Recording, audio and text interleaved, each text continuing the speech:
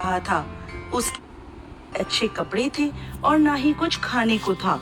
ब्राह्मण जैसे तैसे भिक्षा मांगकर अपना गुजारा कर रहा था।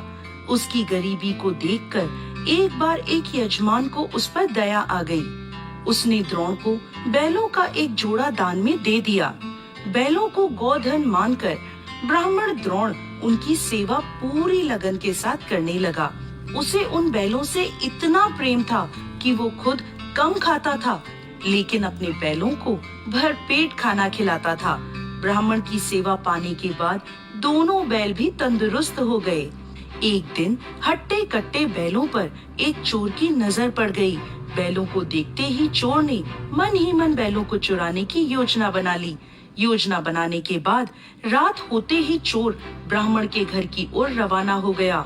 कुछ दूर चलते ही चोर का सामना एक भयानक राक्षस से हुआ।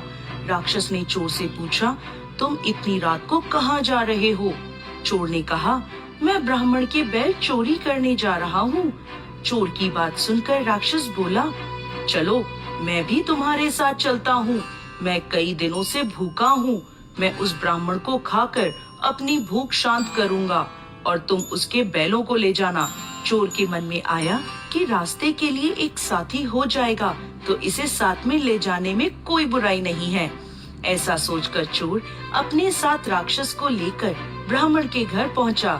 ब्राह्मण के घर पहुंचकर राक्षस बोला, पहले मैं ब्राह्मण को खा लेता हूँ, उसके बाद तुम बैल चुरा लेना। चोर ने कहा, नहीं नहीं, पहले मैं बैल चुराऊंगा, उसके बाद तुम ब्राह्मण को खाना। अगर तुम्हारे आक्रमण से ब्राह्मण जाग गया तो मैं बैल चुरा नहीं पाऊंगा।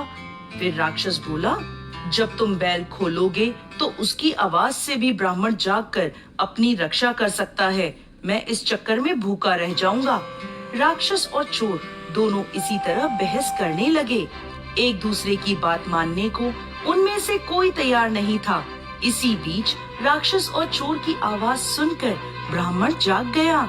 ब्राह्मण को जागा देखकर जल्दी से चोर बोला, हे ब्राह्मण, देखो देखो, ये राक्षस तुम्हें खाने आया है, लेकिन मैंने तुम्हें बचा लिया। इसने कई बार तुम्हें खाने की कोशिश भी की, पर मैंने ऐसा होने नहीं दिया।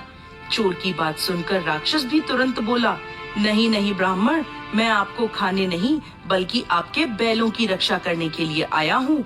ये चोर आपके बैल चुराने आया था। दोनों की बात सुनकर ब्राह्मण को शक हो गया। खतरे को भांपते हुए ब्राह्मण ने फटाफट डंडा उठाया और दोनों चोर और राक्षस। बहुत समय पहले की बात है।